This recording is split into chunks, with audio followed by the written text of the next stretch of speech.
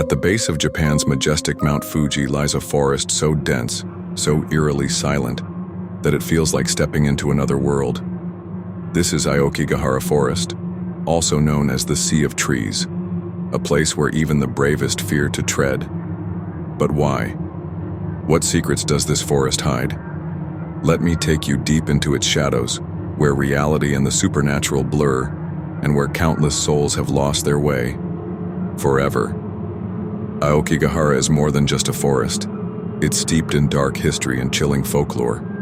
Centuries ago, during times of famine, it's said that desperate families brought their elderly and weak here to die, a practice known as ubasute. Even today, locals whisper about ghostly apparitions, the yūrei, haunting these woods, lost souls who cannot move on. And then there's the magnetism, quite literally. Compasses often fail here, as if the forest itself doesn't want you to leave. While the myths are terrifying, the reality is even darker. Aokigahara has become infamous as Japan's most popular suicide site. Every year, dozens of people enter the forest with no intention of returning. Signs in Japanese and English dot the trails, pleading with visitors to reconsider their decisions.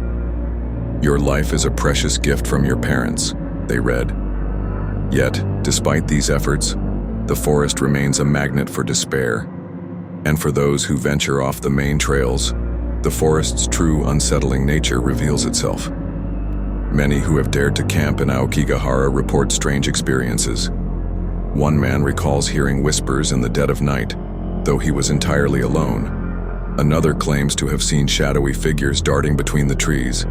And then there are those who feel an unseen presence following them, watching their every move. One survivor described the forest as alive, as if it was breathing, watching, waiting to claim another soul. Even the rescue teams who search for missing individuals speak of Aokigahara's haunting aura. They've stumbled upon makeshift camps abandoned for years, eerie personal belongings left behind, and even bodies decayed beyond recognition. Some claim to feel an oppressive energy, as if the forest resents their presence. One rescuer admitted he could no longer distinguish between reality and hallucinations after spending too many hours among the trees. Perhaps the most chilling tale comes from a visitor who entered Aokigahara out of curiosity.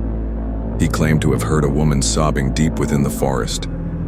As he followed the sound, he found an old weathered doll tied to a tree with red string. Suddenly, the sobbing stopped, replaced by laughter. He turned to run, but the trees seemed to shift, blocking his path.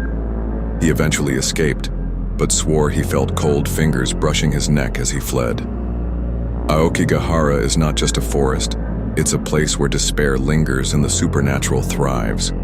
Whether the stories are real or born of imagination, one thing is certain: the forest holds a power over those who enter.